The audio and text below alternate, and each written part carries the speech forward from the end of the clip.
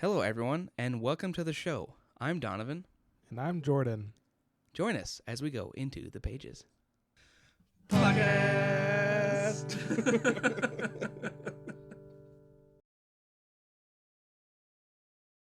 I wanted to do like a Christmas dressy episode, but I forgot to go to the store and get a hat or something. So, Merry Christmas, everybody!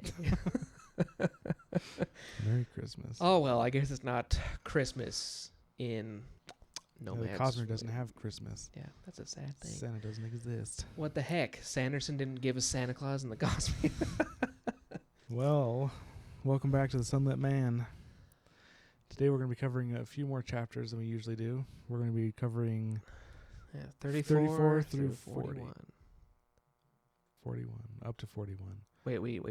Are we doing 40 or? Yeah, we're doing 40. We're not doing 41. Oh, okay. No. A good bunch of chapters. Yes. This is definitely part of like every book where we're full on in the climax now. A lot of things are coming together. And I think we should have like written down our predictions at the beginning of the story and just like Yeah, we should have see what pans out. checked them out, Oh, checked them off, and see if we were right about anything. We'll have to do 'cause that the next book for sure. I don't remember what I did, but we learned some pretty cool things. Yes. Especially we can start, I guess, with what things we learned about the planet. Mm. First off, we learned this a little bit from last episode. The maelstrom is like a flaming inferno. Yeah. Nomad tries to survive in it, but like completely fails. If it wasn't for his investiture, he would have died. Which is not. I mean, And like, he had to use like all of it. yeah. in We order to we survive. can't be surprised with that. He just survived going into the upper atmosphere. No oxygen, had to survive that, and now he jumps into a freaking fire tornado. Yeah, There's no way. Maybe if he had shard plate. maybe. But I don't know if that's even know heat-proof. Then, yeah, because that That's probably good would at blocking shard blades and just would have baked him. Ah, Maybe that's the way you gross. beat a shard bearer is just with a flamethrower. I'm sure they'll develop those sometime in Rosharan. If I already have by now, if they can travel in space, they definitely have flamethrowers. Yeah. So it totally doesn't work. But we learned a little bit about, because in the upper atmosphere, when the sun didn't burn them, the sun's not burning ships. It only burns when you're on the planet. We find out it is the sun that's burning, but it's not the sun that's like mega freaking hot. It's like the planet is like forcibly drawing in Yeah. the sunlight and is bringing it to the core of the earth, and that's what's and everything in between it just gets incinerated, and that's pretty much what's happening. It Yeah. almost happens to And I was like, is it he talks about how it's like the core is denser. So is it just like gravity is stronger in some sort of way so that it makes that really pulls in that sunlight? during Dragonsteel, Brandon Sanderson was mentioning when he talks to his arcanists, he tries to stay away from the answer to questions like this being because of magic. And so maybe there is some scientific thing, but I'm sure there also is because of magic somewhere in here. It's got to be because I I don't think know the anything about that because does I think the our magic- gravity affect sunlight? And we Because he talked about, he mentioned very briefly during the Q&A session, he mentioned that he wanted to know what would happen if it was like a small planet with a really dense core. So I think that part is probably a little more scientific. I think the magic part comes from that core drawing in the sunlight the way it does. So I don't think that might not actually happen in like a normal planet. it's got to be something like that. But Yeah. unfortunately, we're not scientists. We also get some pretty cool, like, right in 34, I think it's not like anything big, but I think it answers some questions and brings up more questions. And it's a very simple little sentence that I had to like pause and think for a while of like all the implications. I'm going to read it because... It was that good. So he says, at first the landscape ahead looked like a mess of undulating oranges and yellows, an abstract painting like the Nalthians loved. Okay, so Nalthis is where Warbreaker takes place. So far we only have one novel in that world, and we have a couple of characters, Vasher and Vivenna. Vivenna? Oh, did you go back and look at her name? Because I don't That's her remember. name. I'm pretty sure that's her name. They are in Stormlight Archives, and so we know that they're connected that way. But it's interesting to know that Nomad knows enough about Nalthians to know that they like abstract paintings. He doesn't mention that the reason they like abstract paintings is because the Returned are supposed to interpret it and have like some sort of like, I don't know, godly prediction. But I thought that was just kind of cool. A little more insight into Nomad's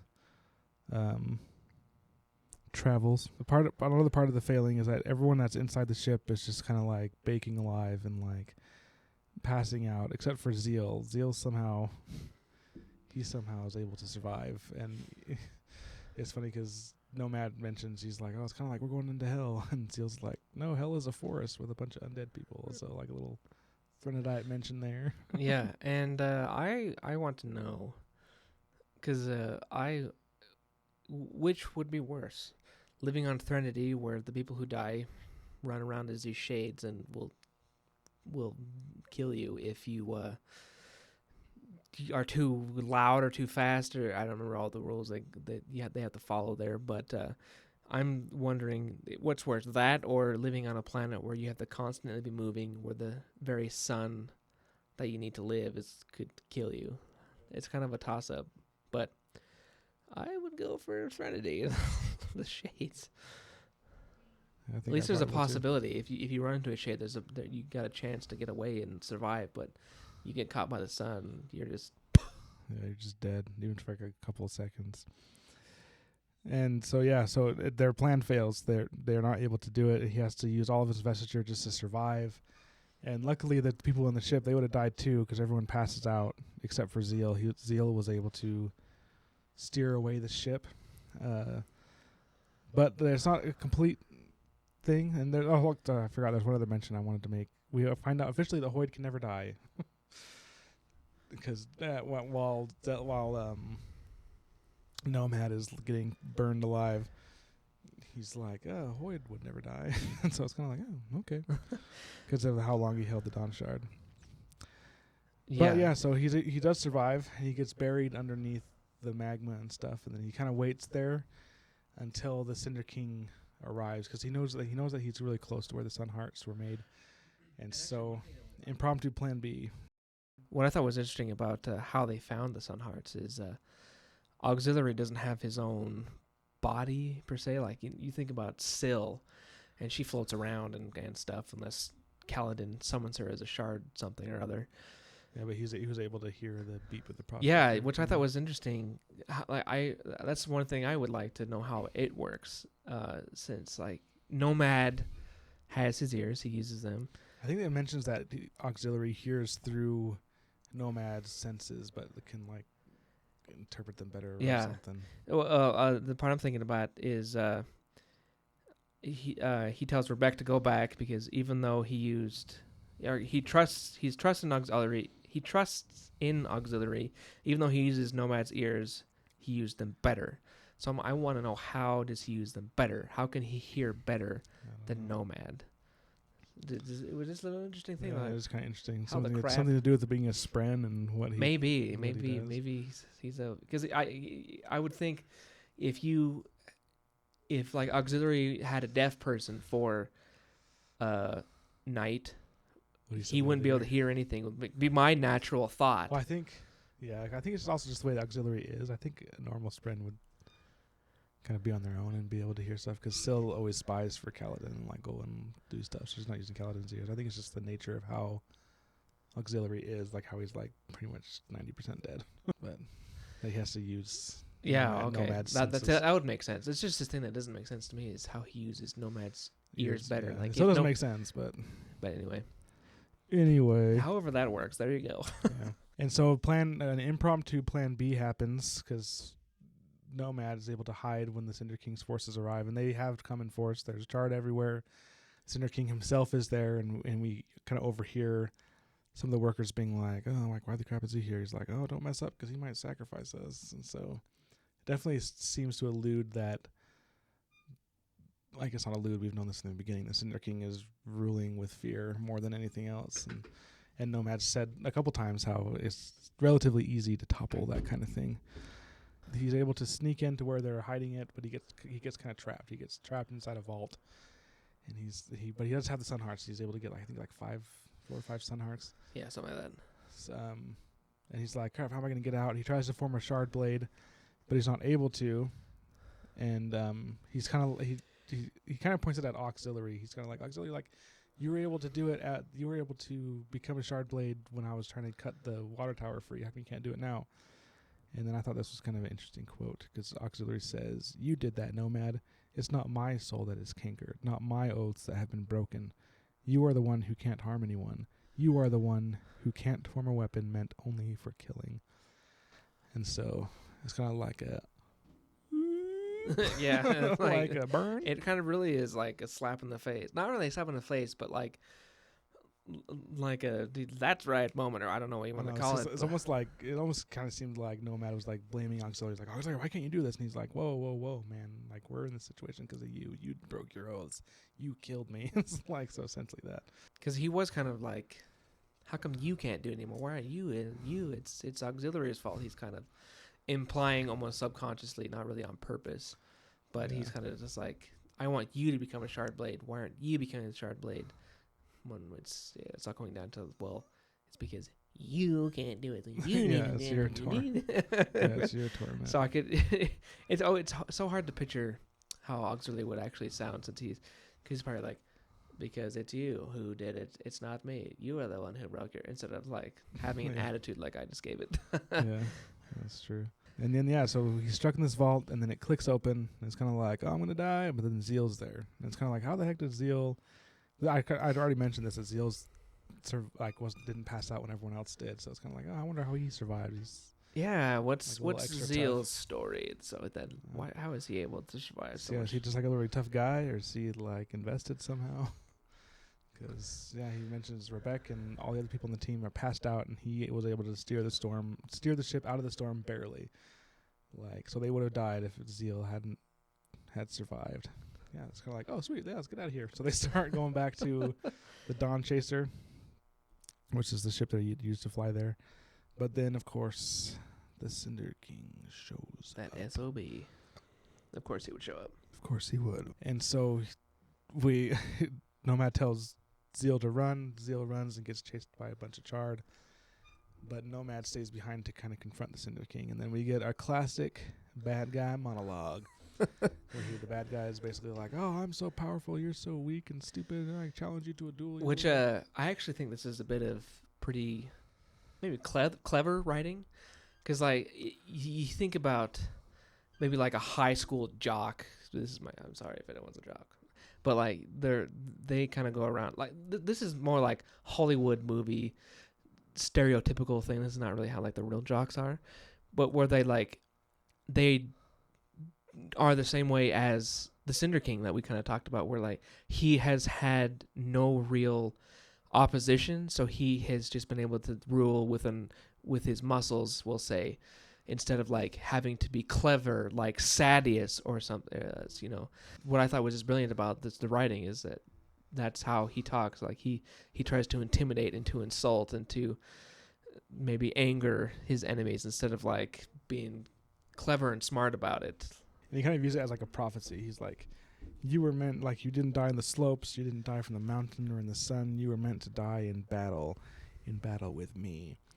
And Nomad's kind of talks him along and gets him going, but then Nomad has a realization, because the Cinder King gets on to talking about how he essentially already killed the Rosharan, even though when he found the Rosharan he was sick. And he kind of just left him out in the sun and made a sunheart. And then something clicks with Nomad, and he's like, wait a minute, that's a Rosharan sunheart. Yeah. And then he starts booking it. And the Cinder King kind of takes out. He's like, I knew it. Come and face me, you wussy. And he's kind of chasing him. He's getting really mad. He's like, if you won't fight me, I'll have my Chard kill you. But then we kind of find out where he's running, because he goes and he grabs the Rosharan. I don't remember. What the heck was it? It was the Thalen guy. It was a Thalen guy, Rosharan. He grabs his sunheart, and then he says the prayer that's like, give your heat to me, or whatever, take my heat.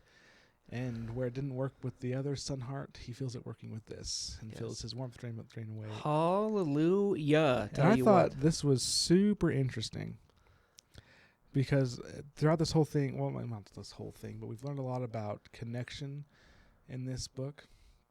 And we learned a little bit about connection as well in the Wax and Wane trilogy series, where they meet whoever those people are with the flying ships. They kind of learn about connection, and you can kind of trick your soul into believing that you're from somewhere, so you can understand. Oh, right, they languages had the and stuff. medallions you're talking about, yeah. And like we learned about connection, and since I thought this was really interesting, that since Nomad is connected to Roshar, that's his home planet, he was able to use a sunheart made from someone from his planet in a way that's unique to Canticle. And so I was like, oh, that's really interesting. So it's almost like the investiture works the way it works for different planets. Like if you're a Rosharan, Stormlight will always work the way Stormlight works no matter where you, like if you're on Roshar. So like if a Scadrian comes, they probably won't be able to, if they somehow are able to take in Stormlight, it would manifest as metallurgy rather than they wouldn't also be able to fly or do things that the Knight Radiants can do, and vice versa. Like if a Knight Radiant was somehow able to ingest metals, it would manifest as radiant powers and not as metallurgy. And the reason I say that is because he is using Canticle Investiture as a Rosharan, but it's actually no, I said everything just completely backwards. I meant to say if you use the investiture of a planet, you get the powers of that planet. Like if you're there, like if that kind of makes sense. So what I meant to say, if a Scadrian uses Stormlight, would they become like a Knight Radiant powers? And if a Knight Radiant somehow was able to use metallurgy, would they become like a Coin Shot or a Mistborn? Oh, okay, I see. Does that kind of make sense what I'm saying? Yeah. Because he's a Rosharan and he's using Canticle Investiture, but instead of getting Stormlight qualities, he's getting the warmth drawn away like a Threnodite. He gets that Does any now? of that, yeah, because like, is what I'm making sense? Is what I'm saying even making any sense? I don't remember him getting canticle abilities until later. So right now he has the Rosharan Sunheart. He says the little prayer and he feels his warmth draining away. Oh. And that only happens if you're a Threnodite. Like remember when the other people touched him, and because he wasn't a Threnodite, nothing happened. They didn't take his heat. He didn't take their heat. But now that because he has a Rosharan Sunheart, so a Rosharan that was like transformed into Canticle Investiture, he's now able to use that to use Threnodite abilities. But only the one, right? It's not like, I mean, I don't think he's going to turn into a shade or anything. No, definitely not. Because I don't think that will happen, what you're talking about. I don't think if someone from Scadrial went to Roshar and used Stormlight, they would not become a Knight Radiant. I don't think that would happen. Because I think it's, maybe he's getting a little bit. I think the heat thing is maybe not as much explained yet. But when he uses, like when he absorbed the sunlight, the sunheart from earlier, he didn't gain other abilities, right? He Yeah, but it has to do with like the connection thing, because he was using, maybe that's the key here, is he was using the investiture in its natural form, a sunheart made from a Threnodite. He was able to absorb that because that was just use it as energy, just normal energy, normal right. investiture. But when he said the special thing to try to draw away part of him, it didn't work. But it did work when the Sunheart was made from someone from Roshar. Okay, I forgot about the prayer part. So you see what I'm saying? Like he said the exact same prayer holding a Threnodite Sunheart. He said the same prayer, nothing happened. And then he grabs a Rosharan Sunheart and says the prayer, and it works. So what's your point? I'm just like trying to figure out like how that would work just across the Cosmere. Okay. Because it seems like investiture is just energy. And so maybe what I'm trying to say is if you're a coin shot and you go to Roshar and absorb sunlight, you're a Stormlight, you're still a coin shot. I think that's if you're a Knight Radiant and go to Scadrial and somehow, I don't know how that would work because it's not like pure investiture. Like somehow you're able to get investiture from them. You are starting to fall. You're able to. You're still a Knight Radiant. And I think that's also how they use, like, going back to Wax and Wane, they're able to, like, kind of port around DOR, D-O-R, which is investiture from Elantris, kind of pure energy. But that's why I'm like I guess that's my point I was trying to make, is, like, how come, Like there's something with connection, something weird happened that made it so that because it's a Rosharan sunlight, he's able to use that investiture as a Threnodite would, not as a Rosharan would. I guess that's the part that I don't think he is using it like a Threnodite would. But for some reason that's just how it is, which is a stupid way to say it. But why wouldn't it work with because that's the whole like thing. It's like if it just worked, why didn't it work when it was a Threnodite sunheart? But it did work when it was a Rosharan sunlight. He did the exact same thing. Well, let's call Sanderson. Questions. I think it has something to do with connection. I think it has something to do with like this is kind of like a weird situation. But anyway, whatever the reason it works, and he's able to start to siphon off the torment, which means, you guessed it, Nomad can now fight. It does take a while to build up, and he doesn't confront the Cinder King. He kind of just keeps running away because he wants to go save Rebeke and Zeal and the others. And so he runs again, and we get a really awesome fight scene. Yeah, seriously, some serious butt kickery. I think we can really see Kaladin's training pay off in these next few scenes. Holy cow, he made me think a lot about like of Kaladin in this part. It always seemed like this is how it was when Cal fought. Yeah, because he faces off against 20 Chard, which is, even though they're not trained warriors, they're still really strong, highly invested, so they're still dangerous. Yeah, but he's able to kind of fight them all. He doesn't really like fight them all at the same time. Like he punches one, and then he tries to form a spear, but it doesn't quite work because it's still this whole time the Sunheart's still kind of draining away parts of it. And he mentions he wants to be careful because he doesn't want to lose everything the Dawn Shard gave him, just the inability to fight. And so he can't form a spear, but he does form like a quarter staff. Yes. And I totally pictured the Matrix. If those of you who remember in that, I think it's the third Matrix, Neo rips up It's the second one, but the second one. He rips up the pole, and he's fighting all the millions of Agent Smiths. Are you sure it's not the third one? Yeah. What happens in the third one? Because the third one is like this. So the second one, remember Agent Smith is like starting to like clone himself and take over like everyone in the Matrix, and they're still kind of fighting their way, and they go through the whole thing. But then the third one is where they spend most of the movie outside the Matrix, and then Neo goes back into the Matrix, and suddenly everyone is Smith, and that's where, like the final battle. Isn't that where the fight is with the pole? No, because that was like their first encounter with Smith. Like, holy crap, he's not only still alive, but he's copying himself somehow. So yeah, it was the second one. Second one, so when he rips out, he's like. That's almost exactly what it sounds like too. Like I remember one of the parts I really like about that is like the pole just sounds really cool when he's swinging around. Yeah. So I pictured that. It wasn't that big. He's kind of more like doing defensive stuff, like tripping people up, hitting them on the noggin. Yeah, it's gotta feel so good, because like this whole time you're just like, and like, every time he tries to defend himself, he just. Like, so kind of like I'm just thinking of this now. It's kind of like a video game. We were like this total like bad A warrior, but you don't know all the moves yet, so like you can't do everything. And then you like learn a new move, and you're like, yeah, you totally. So what just happened to Nomad? I don't even care. Okay. All right, so yeah, really awesome fight. He is able to form it into a spear though, kind of at the last second, because while he's fighting all the other Chard. One kind of sneaks behind him and starts to go to the cockpit where Rebeke and them is, and he forms a spear and stabs it through the thing and slays the Chard. Yes, and we get the question answered. Does a shard blade still do what a shard blade does if it's not on Rosharan? Yes, it does, because he stabs the thing in the cinder heart. And it cracks the cinder heart, which kills the Chard, and his eyes burn, and little wisps of smoke leave his eyeballs. I thought that was interesting because it didn't normally the Chard blade has to pass through your soul, through you, your center mass, essentially your spine, in order to do that. And all he did was stab the cinder heart. So to me, that's like a major weakness. I wonder if. Because obviously a shard spear is probably one of the strongest weapons in the Cosmere. I don't recall a weapon, because I mean, let's kind of think.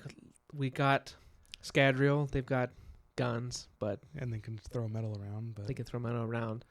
Elantrian's probably pretty close. You have to tell me more about that. I read Elantris. Yeah, Elantrians are really strong. Like they can do like really cool stuff. But I don't know if an Elantrian could like do something that could block a Shardblade or not. I'd be curious to see that. That would be interesting because maybe it's metal, so maybe a Mistborn could do something. I don't think it's metal. Oh, it's not. Okay. When I mean, it's a sword, so I assumed it was metal, but maybe because not. it's made out of remember, it's the Spren's body. Okay, yeah, I think you're right. It's definitely not metal. Yeah. If it's metal, that would be so lame. So they won't be able to do anything. But then, like, you think of Tress's world. What are they? They got No way. they got flintlock pistol type things. There's no way. They could maybe throw a spore at him, and hopefully that like. I wonder if they can utilize that in space warfare. That would be interesting. Can you imagine that? Like, load your Spren up, make it into like a bullet type shape, and just launch it at a ship. It goes through any shield, any hole, and then just obliterates it. So, like, if you know, like, where like I want to say arc reactor because that seems like it's something. Sure, yeah. You just know where that is. Shoot it. It goes through all of their defenses, all of their hole, and just hits it, and like that's like one shot KOs. Like, Yeah, you talking about the spores? No, I'm talking about You actually want to shoot in a space, spren. In Space Warcraft. Right, but are you shooting a spren or a spore? Spren. Okay. So we know from auxiliary that if you're what you can deform the Spren into is limited by your imagination and what you're able to picture. Sure. Okay. Yeah, So if you know like the ballistics of a bullet, you know how to form it, and then you make it form into there and blast it. Oh, I see what you're saying. It'll go through anything. Like no, they will have the best space navy in the maybe that would be like I mean back in the day when Star Wars was George Lucas is not Disney. He said that the only thing that can block another lightsaber is I can block a lightsaber is another lightsaber. So maybe like the only thing that can stop a spren bullet is another spren bullet, or like someone with a shard blade that ping. Yeah, so I'm sure maybe other Rosharan ships will have like shard armor. Yeah. But I mean, like if they go up against Scadrians and they're like, oh, it's like boom, like, and what are you gonna do? What are you gonna do? Can't do nothing. Literally nothing Unless you swerve. Yeah. But I don't know. Anyway, Anyways, going back down the list, Warbreaker. They definitely don't have anything. they can awaken stuff, but I mean, a shard blade can cut through anything. Yeah. I would love to see what would a shard blade do to an awakened soldier. I think it would be the same thing. I think You think it would just burn them up and they'd... Because even though they're dead, they have investiture. Because does the shard blade burn up investiture? Because they're actually maybe not. Because they're not living. They don't have a soul to burn. Exactly. They're just So like I wonder if it would still corpse. It would just cut them up really nice. Yeah, I wonder if it would cut through them. Like like if it cuts through a living thing, it kind of like fogs through them and severs their soul, and then you can actually like slice them. So maybe it'll just slice them like a normal sword type. Yeah, just like a lightsaber. It's like. That's what I would think, since they don't have anything for the sword to actually burn away. So that might actually be a good way to kill a shardbearer. Throw hundreds of awakened at them when they're not expecting it. And once they're expecting it, they'll be able to fight against. You get like a one-time surprise. But they'll do like a big sweep, trying to like just burn them all, and they'll be like, but then keep coming or something. I don't know. Yeah, because would it still keep coming if you cut one in half? I think it has. I think it depends on all their stuff. I think they have to take a certain amount of damage before they stop working, but I don't know exactly how it works. Is there any more? But any of that. I don't think there's any more planets we can really talk about. What's that one with 6 of the dust? What would a shardblade do to a shade? Maybe since the shade is like a ghost or like it's a their soul. Would it do the same thing as like it does to a dead body? Would it be able to just cut them up, or would it just pass through? I would imagine it's got to do some damage. I would imagine. I think of it as like when they throw the silver dust at it, they kind of like burn and sizzle or whatever. Maybe it's the same thing. Like maybe they'll combust and they'll get sliced with the sword with the shard blade and just smoke. They're dead. Yeah, they dissolve. That'd be cool. Because what happens when someone's soul gets burned away by a shard blade? Is that like... I don't know if it explains it. They just like talk about them dying, but don't mention like what, I don't know what happens. But anyway, speculation. We need to sit down with Good Brandon stuff. and be like, we got some questions. Yeah, good stuff. I'll have to write these down for next year's Dragon Seal and get in the Q&A Right. line. I just want to ask that. What would a shard blade do to a Threnodite shade? I wonder if we can look it up. I wouldn't be surprised if someone else has already asked that question. Dude, I want to write that down. I want to freaking ask. I want to ask Brandon himself. I don't want to Google that. I'm writing it down. I'm going to put it in my journal and try to remember it for a year from now. Do you want a sticky note? Not sure. Okay, Brandon. I got your question for you. Anyway, back to the story. We only have to wait a year to ask it. If I remember it in a year, dang it. Right. Back to the story. So 20 charges a lot, and he kind of essentially scares them off by performing a really intimidating spear kata called the chasm kata. Yeah. This is almost like this made me think of like Superman. Like Superman is immensely strong, but he's not like trained in like hand-to-hand combat. He just can punch really hard. So I almost kind of feel like it's like that. Like all these people are strong and they're used to being able to just manhandle their way through things, and then suddenly this guy who's just as strong as them but knows how to fight is kicking their trash. Yeah, I think, I don't know if they're capable of feeling fear. These charred, we learn. Right, I don't think they are either. From Elegy, we kind of learned that. But basically what happens is the Cinder King is watching, and the Cinder King, and Nomad even mentions this is because he sees the charred be afraid and they actually run away.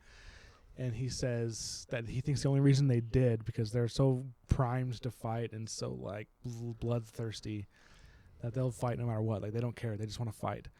And so he thinks they wouldn't have been scared away by that, but because the Cinder King was watching, and because the Cinder King has a direct connection to all of the charred, they felt his fear and his terror. And I think he probably ordered them away, because I think Nomad even said without a direct stern order they wouldn't have retreated. But I think the Cinder King like forcefully made them retreat. And Nomad's even like, oh, he's probably really glad that I didn't stay and fight him in that duel. He would be dead right now. Which that's a part that I loved, like the Cinder King realizing like, oh crap, I probably would have been killed if I would have fought him. Exactly.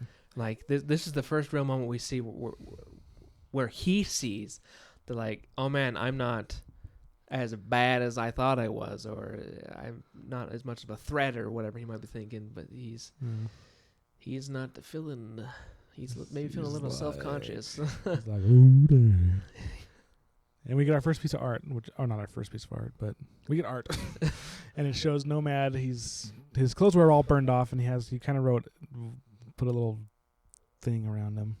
So we see that, but the interesting thing I thought about the art is he's holding the sunheart in his hand, and it's much bigger than I was expecting. Every time it described it, I was picturing like something that would fit in the palm of your hand and like you could fit your whole fist around. But he's like holding it like his hand. It's like at least the size of his hand. And he's not just holding it like a little bit. He's like, his hand is kind of extended. Yeah, and he's like holding on to it. Like he can't really wrap his fingers quite around it plenty enough to hold it and stuff. But like I was definitely picturing, I don't even know a good example. Something much smaller though. Yeah, much smaller. Yeah, a lot smaller. But what begs the question is, how big is a normal sunheart? Because they say that one's a lot smaller than a standardized. They even say a lot. Sunheart. They don't say it's just a little smaller. Yeah, it's like significantly. So I wonder if it looks like the Rosharan sunheart is yay big, but maybe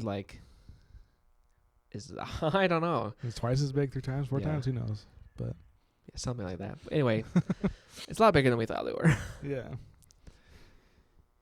Oh, and we also get in these chapters, starting in chapter 38, we get some of Elegy's perspective, which is pretty insightful. Because, there's always the back in our mind thought, like, yeah, something's going to happen and Elegy's going to get her memories back, even though Nomad's been pretty explicit that she won't. But in this perspective, Elegy is watching Nomad fight all of the charred. And she's in awe, but in a different kind of way. Because normally the awe would be like, wow, he's such a powerful warrior. But hers is, wow, I want that. Like, he kicked their trash. She's like, they're like bumbling baboons, and he's this trained warrior with a spear. And she's like, she wants that. She wants to be able to kill like him. Like, she gets excited by that. And she wants to be able to fight and kill like he does. And Nomad is able to, there's a kind of some interesting character growth here in this chapter, both for Elegy and I think for Nomad. Because Elegy brings that up to Nomad. So after he chases away the charred, they're kind of flying back to Beacon, and Elegy's like, I want what you just did. Like, I want that. And then she's like, you gotta have something more to fight for. And then they kind of talk it through. And it makes Elegy kind of stop and think. And I think that she's starting to progress a little bit. I'm kind of picturing her like the typical barbarian-like character in like D&D. Yeah, totally. Absolutely. Where they're kind of contained, but like any second they'll be like "Rrr," and just like attack, but like can kind of rein it in sometimes. So Yeah. I can imagine her becoming like that in the future. Yeah. I'm really hoping that we will see Elegy become more of an asset more than a hindrance. Like right now she's just kind of like, we can't let you go because you just have no control over yourself and you're going to give into your lust for blood and want to just fight us, so we can't let you go. But I would love if we see Nomad use his wisdomness to use her in the protection of. Yeah, I wouldn't be surprised. I wonder if they're gonna like once she finds her reason to fight, then she'll be able to do it. Maybe that'll be protecting the people of Beacon. Maybe it'll be to prove that she's the best. Maybe she's gonna be the one to kill the Cinder King. Yeah. You know? I also thought this was kind of interesting.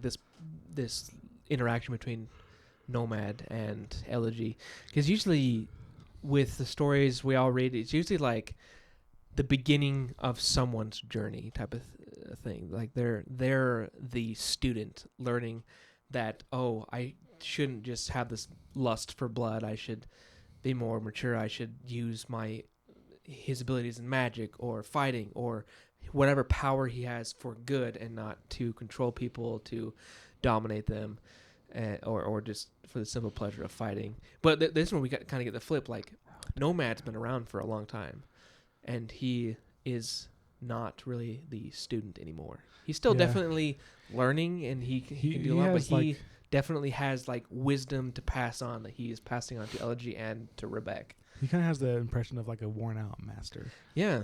So like his journey is more like finding purpose again and hope again. Yeah. Is I think what his journey is for sure. Definitely. But it's like one of those things that you I think when you grow up in real life, you kind of learn that you don't really ever meet like a max level, we'll say, of how smart you can get or how wise you'll be or how strong you'll be. Like you can always learn more. You can always do better. You can always get stronger and yada, yada, yada. So like I think that's what we're kind of seeing here is Nomad may not be at his best, but he's still got so much experience that he can pass on what he's learned. Which I think is cool to see, because that's the kind of thing you usually don't see in the main character of stories we get into. So they make it back to Beacon right in the barely nickest of time. The sun is there, and it's bright at the mountaintops. But luckily, the Threnodites, I keep calling them Threnodites, the Beaconites. They are Threnodites, whatever, the same thing. Either way, luckily they're very industrious and they're ready, and they run up and they're very very quickly able to get things up and going. And they're fleeing. They're in the shadow of the mountain. They're running. And one of the ships is falling behind. And this provides an interesting opportunity for Nomad, because as he starts thinking of saving them, he starts to see Windspren, which for those who remember, Windspren for a Windrunner are what makes up their shard plate. Yes, and this he even mentioned, earlier he'd mentioned, I think he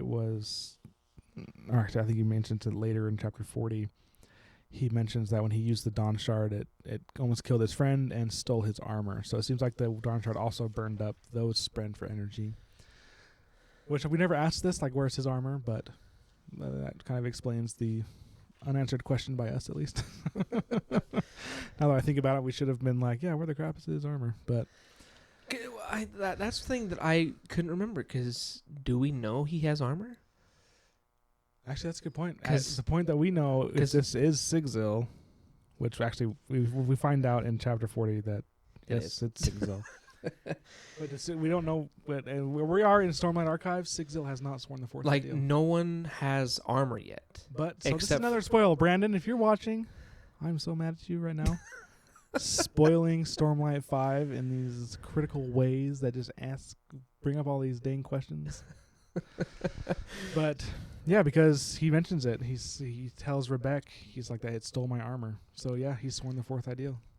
Can you believe this crap? So that's really cool to learn. But I'm definitely just like, okay, so Sigzil was not like the main character, so, and Kaladin is like leading them all. He swears the first, second, third ideal before anyone else. So does Sigzil beat him to the fourth, or does he get to the fourth? No, because remember Kaladin gets to the fourth at the end of Rhythm of War. I don't remember that. Remember when he's fighting through Earth? No, I do remember that now. But it's just like I super don't awesome because he's like sending his armor to other people to protect them from getting oh my gosh, hit. I totally forgot about that. It's like, it's like one of the coolest Stormlight battles. Well, guess what? It's been like 3 years since I read the Dane book. I might have read that at night when I was half asleep. Dang it! It was kind of like Iron Man-esque. Remember when Iron Man sends his armor to like? That's exactly what I thought of. That's exactly what it's like. But. Okay, so we do know that. Kaladin's definitely the first to get to the fourth ideal. But still, we didn't know anyone else did. Like no one at this point. No one else. Yasna, Shallan. Yasna's at the fourth ideal. Okay, you know what? I need to read this friggin' series before I say anymore. Wait, is she? I actually don't know. I'm pretty sure she is. I'm pretty sure she has. I don't remember anyone. I'm pretty sure Yasna is the first full Knight Radiant, and then she even beats Cal. And then you get Kaladin, and then I don't think Shallan gets like really close, but I don't think she makes it quite there yet. You know what I would love about being a Knight Radiant? What? If I went from being in this world to like Rosharan to become a Radiant, I would be like, this feels like a video game. I just need to level up and get my shard blade, then I'll be able to fly and then get my shard blade. It's totally exactly what it's like. I wonder if that's kind of played it in at all, since Brandon is a gamer too. So Yeah. maybe that kind of influenced a little bit. But yeah, it's interesting when he starts to see his armor, his windspren, because he assumed that they were gone, and so I think it like sparks a little bit of hope in him because he tries to say his oaths again, but nothing happens. But he still goes and there's a ship lagging behind that's very obviously going to get destroyed, and so he goes to save them. It's important to note at this point that we've already mentioned that surviving the fire took pretty much the rest of his investiture, but he used the sunheart to get it back. So he has some of it back. He goes to the last ship and forms a shield the size of a building. Yeah. Out of ox, and then narrowly saves the last ship from getting burned to a crisp, which then uses up all of his investiture. Yeah, that was a super awesome moment, though. Yeah, that was pretty cool. So it's like so he's like the character growth here is pretty neat. He's slowly starting to go back to his oaths. I'm curious to see if a knight can be redeemed or repent from abandoning their oaths. I don't know if anyone's I would tried. imagine they can. The question I have is, Can auxiliary replenish? Can he become his full self again? Because he's dead. No. But we're kind of... this is another part that you can maybe think of, like, does this spoil Stormlight 5? Because in Stormlight 4, Adolin is going through trying to, like, get his Spren back to life, getting his Deadeye to become a regular Spren again. And he kind of seems he's working up to that, and like his Deadeye Spren seems to be like becoming more and more and she talks alive, and she actually talks and like blows everyone's face off. But yeah, because she's the one that reveals that the Spren and the Knights decided together to abandon their oaths. And she was like, it was a choice, it was a sacrifice, and she was like, don't belittle it. And it was like a good moment. I need to read it again. Gosh dang. Yeah. I remember that part vaguely. but so it's just like, yeah, what's the answer to these questions? How it will auxiliary be able to? It's ruined it, because what did auxiliary use the Dawn Shard for? I bet it was to kill Taravangian, Odium. You think that's what it was for? Yeah, the god-killing weapon. He used it in a moment of desperation. I didn't realize it was gonna. Hoyd mentioned that he did it because he told Sigzil to do it to avoid calamity, and we know the calamity is like Odium escaping Rosharan, because for some reason he's captured there. He's going after all the other shards, and so everything's pointing towards Sigzil is like the linchpin in defeating Odium. I am seriously holding out that Brandon is just going to throw a massive hook at us. And he's going to be like, oh, all of these, they're going to think this and that while reading this book. And then he's going to throw Stormlight 5. And we're going to be like, oh, my God. It's totally going to be. I'm actually looking really forward to that, because I bet it is going to be that way. Especially because Brandon, when he's writing his books, utilizes arcanists. who like know a lot about his lore and stories, and I'm sure he ran Sunlit Man through them, and there's no way they didn't pick up on all of this. And so if little meager readers like us picked up on it, they've had to have picked up on it. yeah, so we'll see what he has in store. I'm actually really excited. Even though I'm like acting mad, I'm like super excited.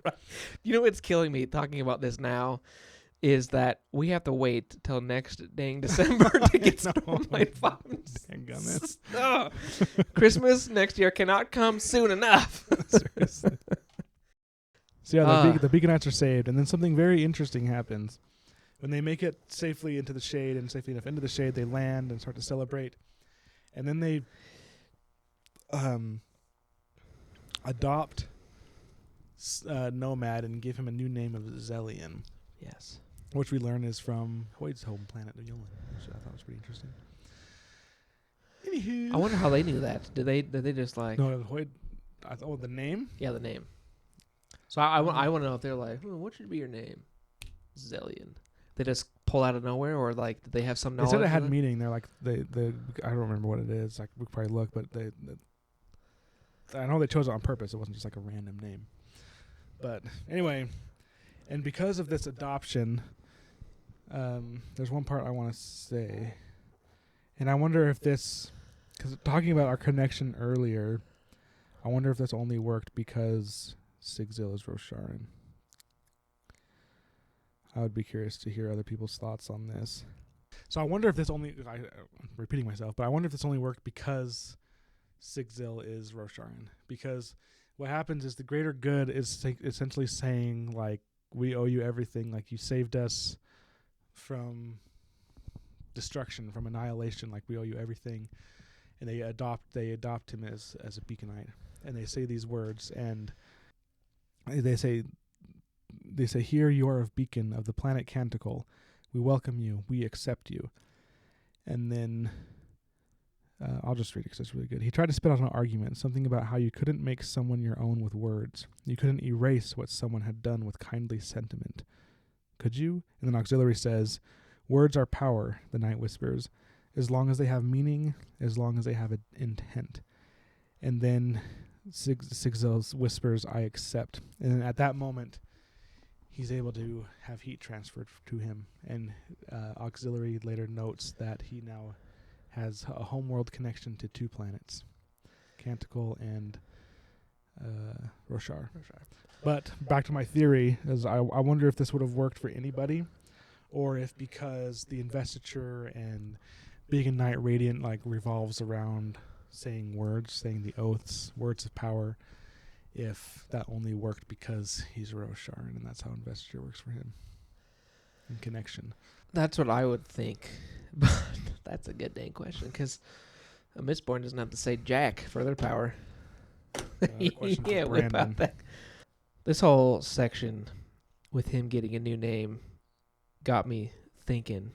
One of the things I was thinking is, since he is now like, I don't know, you want to call it on a spiritual level, he is connected to Canticle now, so he's able to get heat transferred to him like the locals can.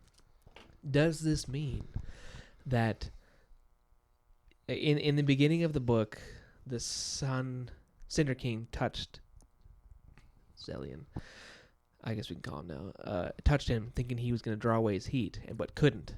But now that he's like connected on a deeper level to this planet, will the Cinder King be able to take heat from him? I bet they would. I'm sure we'll probably see that come up. I think what might happen is they're going to have like a final battle, and the Cinder King is going to lose, obviously, because he has strength but no skill.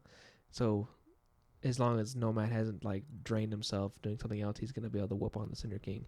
Yeah. And then maybe in some desperation, the Cinder King will try to touch him and draw his heat again, and it's going to do something, and it's going to mess up Nomad or something. We'll see. Yes. I also think we're gonna have to watch out. We're gonna have to watch out for the name Zelian in other stories. I think, like, I would not be surprised. Maybe with Mistborn Era 3, we're gonna be reading about those main characters and be like, oh, and this guy Zelian helped me out. Like, Zeal's in this too. Maybe we'll see. And that takes us into 40. 40 was it was a little bit of a longer chapter, but I think talking about it now will be pretty quick. Basically, it's just kind of, you have like a little climax, and then there's like a little calm, and then like the climax continues. It's kind of like one of those chapters because, they escaped the first thing, and they still have to go forward and face the Cinder King, and the Cinder King now knows that they are alive, that Beacon survived, so he's going to be ready for him. And so Nomad's just kind of he's just frustrated, because he's like, I'm connected to these people. This is now a home planet of mine, and I had to abandon them, just like I abandoned Rosharan. So he has that frustration mixed with Rebeke comes and starts talking to him, and he again tries to convince her that there's no refuge. Like he tries to tell her it's just a research facility, but she refuses to hear it, basically saying, I want to have hope. I want to have faith and believe that this is going to be something good, and I don't want you to take that from me. And so he doesn't. And yeah, we kind of get, and we also learn that Rebeke no longer wants to be a killer. She saw what Nomad did and just doesn't want that. And he's like, yeah, that's fine. It's a terrible, horrible thing, and it's evil. And she's like, well, is it evil to fight to save people? And he's like, well, no, but I mean, like there's such such a debate around it. Like, is nonviolence the answer? And I think the answer is no, but violence is also like terrible and horrible and will mess you up, but that doesn't mean that you should avoid it at all costs. Like, it's kind of like this weird fine line that you have to travel, and Rebeke decides she doesn't want to travel that, but she does want to help, and she wants to do it through leadership, which I think she should have some pretty good opportunities there. We'll see. Yeah, assuming they survive all this mess. Yeah. But then this chapter ends in kind of like a really cool way. I like how this ends. I want to read it exactly because... While you're looking for that... Oh, actually... sorry, were you going to say something? I was going to say something before we ended, but...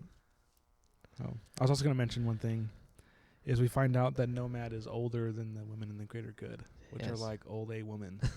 So I'm like, how the frick old is Zeal? So this is again saying, like, this is obviously... That's what I want to know, too, after because... everything. Because, like... Because Zeal's not old. Yeah. He's not. But he's traveled enough to be older than these old ladies. But he still talks about, like, he can go back to Rosharan, and everyone would still be there. But it also seems like... Kaladin is probably like an old... Yeah, is Kaladin just... And everyone else is super old, too? And Zeal just looks young? So it was kind of just confusing to me, because I was thinking, like... It almost sounds like... Because when he talks about his age, I always kind of thought, like this does take place after, like, Taravangian... It's got to, yeah. And then... And all that, but it also seems like it takes place so far after that Kaladin and all of them, Dalinar, Adolin, would all be dead. It seems so crazy, though. Unless they made, like, lightning faster than light technological advancements, because they can travel in space now. And that just doesn't happen overnight. You don't discover that overnight. They've got... Not even in a few years. I don't even think space travel would have been discovered by, like, Shallan or something. I can't say this because I've read ahead a little bit. I almost... but don't spoil nothing. This in my mind, this is well after Taravangian. That's how I thought, too. Like, many years. Like a few decades. Like, yeah. That's the idea I get, too. But it also makes it, the way he talks, it makes it sound like it's decades and also only a few years. And especially long enough that he's not even mentioning the Desolation Wars. He's not mentioning the trauma and PTSD of fighting Fused. The only thing that's on his mind is running from the Night Brigade. Yeah. So it's been a long enough time that that's not a fresh trauma that he talks about as being part of why he runs. It's all the Night Brigade and what happened with the Dawn Shard. Oh, the things. So the whole war that consumed his planet and everything that he did, he doesn't even mention. Doesn't even think to mention. What is going on with these books? Like, what the crap? We're gonna have so much to talk about. We're gonna have to do like 6 episodes in December next year. I love when authors give us like good lessons in fantasy books. It always feels like, it's a fantasy book. What is it gonna do for you other than be like entertainment? But I think he gives us a good little nugget here. In this beginning of chapter 40, Nomad's kind of thinking like to himself, like, if he hadn't been through the terrible experiences that had scarred him, he'd never been able to fight to rescue Rebeke and Zeal. And I think that's just kind of that's a good little life lesson for us all. Like, we have to go through hard times to become stronger and face harder times and stuff like that. I mean, he does go on to say, but if he hadn't been through those horrors, he also wouldn't have been broken. But I'm like, we'll just focus on the first part. That's my good quote of the day. So the end of the chapter, Rebeke's saying that we got to continue on. We can't stop. But the Cinder King's going to be waiting for us. And I just want to read what now, I guess, Zelian says, Sigzel. Well, this is where you're fortunate to have a killer among you, because it's time to show the Cinder King what an actual battle looks like. Oh, Cinder King's going to get it good. It's going to be exciting. I can't wait. So, a lot of stuff going on. We're excited to see what happens in the next chapters since this book continues on. Excited for the new year, new things to come. Thanks for joining us again as we went into the pages and learned more about the Sunlit Man, Canticle, characters, Elegy, Rebeke, Nomad, and learned all these things. All the spoilers for Stormlight. Mad and excited at Brandon. Came up with 2 questions. Well, I have to say, if we want to talk about favorite or best parts, my favorite part is just that after most of this book, more than half this book has gone through, and Nomad Zelian was able to get rid of the scarring from the Dawn Shard enough to where he was seriously able to do some butt kicking. Yeah. Oh, that was a relief to me. I don't always need like these crazy fight scenes to enjoy a book, but sometimes it's always like when the fight scene comes, it's just like nothing. I'm just like, here, give me more. So I was happy to have that. Yeah, that was pretty good. That was really good. Amen. Amen. This is a religious podcast now. Don't y'all know? Podcast. Bye, y'all. Bye.